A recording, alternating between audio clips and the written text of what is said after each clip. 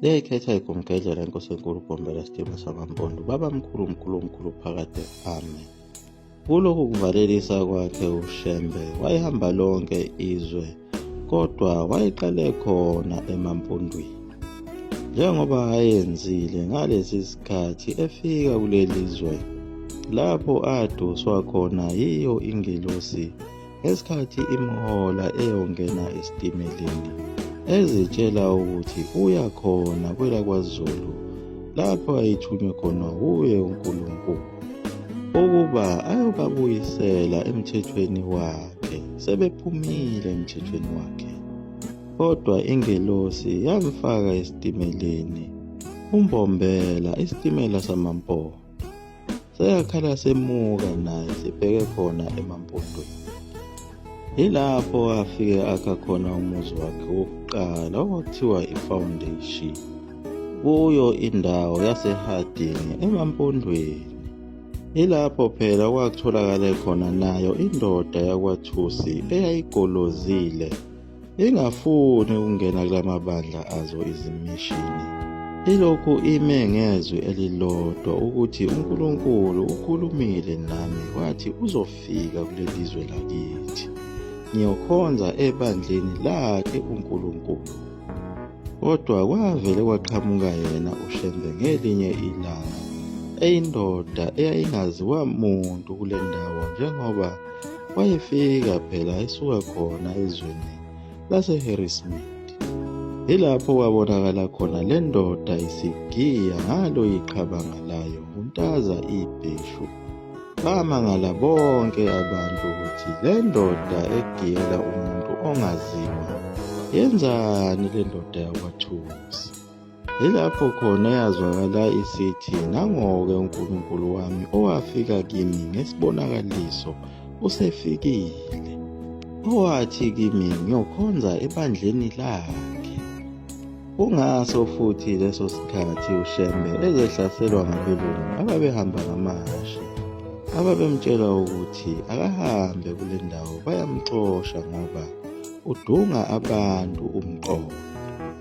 Njengoba abantu abaningi base bephuma phela kuyo inkolo yasezimishini, sebelandela le nkolo eyayifika naye uShembe. Lowo akubaphathanga kahle abelungu okuyibona babephethe lezi zimishini zasemampondweni. uShembe wenza njalo nangazo izikhathi zakhe zokugcina ukuba ahambele zonke lezi ndawo zakhona ngapha emampondweni. Njengoba ngawo unyaka 1934 wafika eScottsburg, wathi ukuhlala izinsukwana khona eLethezini, lapho kwakukhona khona abantu abaningi ababemlindile. Nangempela uShembe wafika kwabe sekwenziwa wona umthandazo wokulala. Yilapho kwathi maqedwa lowo mthandazo wabe sekhuluma okunye ukukhuluma, lapho athi khona izinsuku zami lapha emhlabeni sezifike ekugcineni. Bengingaphonsa nje itshe ngifike ekhaya, ngeke ngisaliphosa kude. Bantabami, isikhathi sami sesiphelile. Sengizophindela manje kubaba wami ongithumileyo. Bonke ababekhona lapho endlini baphatheka kabi, abanye kwakuqatha bazo izinyembezi ngalamazwi ayekhulunywa uShembe.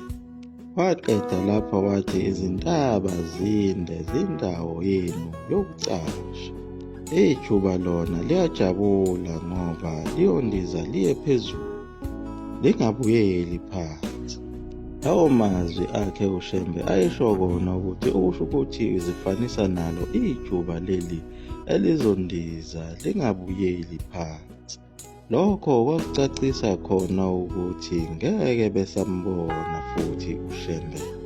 Walala khona lapho eLethezini, wavuka ngakusasa, waqoqa izimpahla zakhe, wahamba ekuseni kakhulu ilanga lingakaphumi.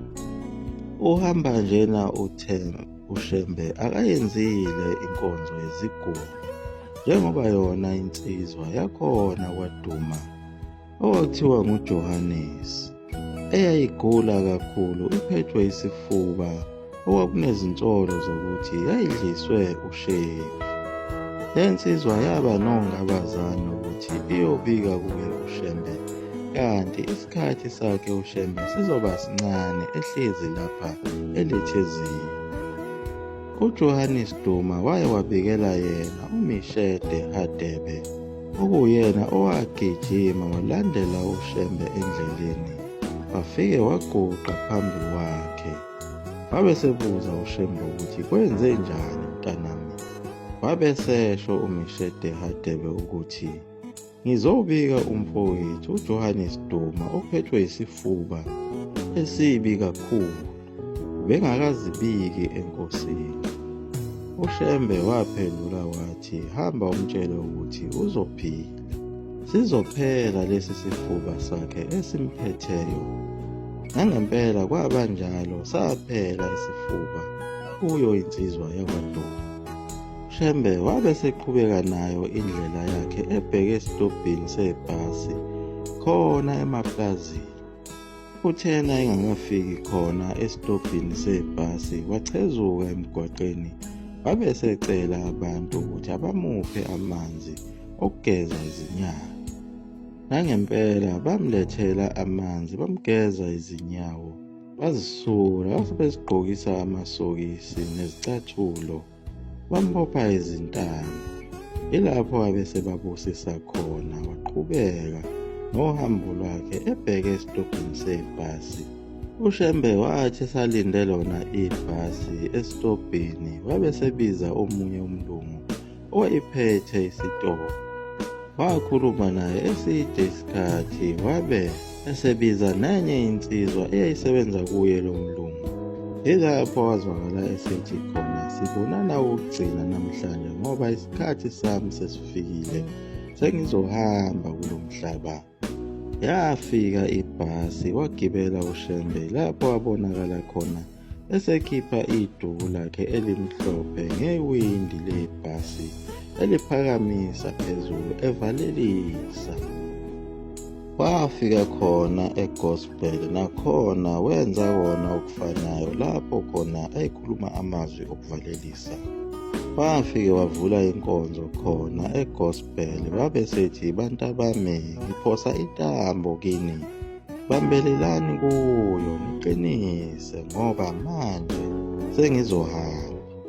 Bantwana bakanhliziyo, isikhathi sesiseduze kakhulu, ngakho-ke ngiyaneluleka, ningabaleki nilahle ibandla lamaNazaretha, ningaphindeli emuva. Nansi intambo ngiyayiphosa kini, ibambeni iqine, noma ngabe isivutha umlilo ningayidedeli.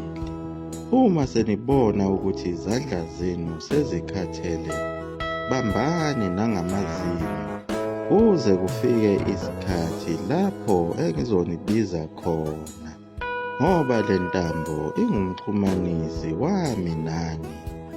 Uma sengifikile lapho engiya khona, ngiyonilinda esangweni ukuze nginingenise ngaphakathi. Nakhona lapho uShembe eGospel wabashiya bengaphathekile neze kahle, bebona ukuthi sebeyagcina ukubona inkosi yabo.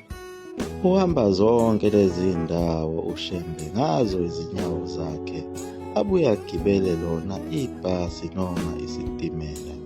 Elokhu ehamba evalelisa kuzo zonke lezi ndawo, uzungeza iSouth Africa yonke, njengoba waze wafika kuyo indawo yaseMshwathi, emzini okuthiwa iGinyezini. Ifika nje lapha eMshwathi, yayikade isuka khona emachunywini. Ilapho yashumayela maqede, yabe isithi nina abantu baseGinyezinye sengiyanishiya manje emhlabeni, nize ningagudluki kula mazwi. Thandazani ukuthi izinhliziyo zenu zinamathele kuJehova. Liyaguqa lapho ikhumkele zula mafutha omkhofuthi into mneso waphathe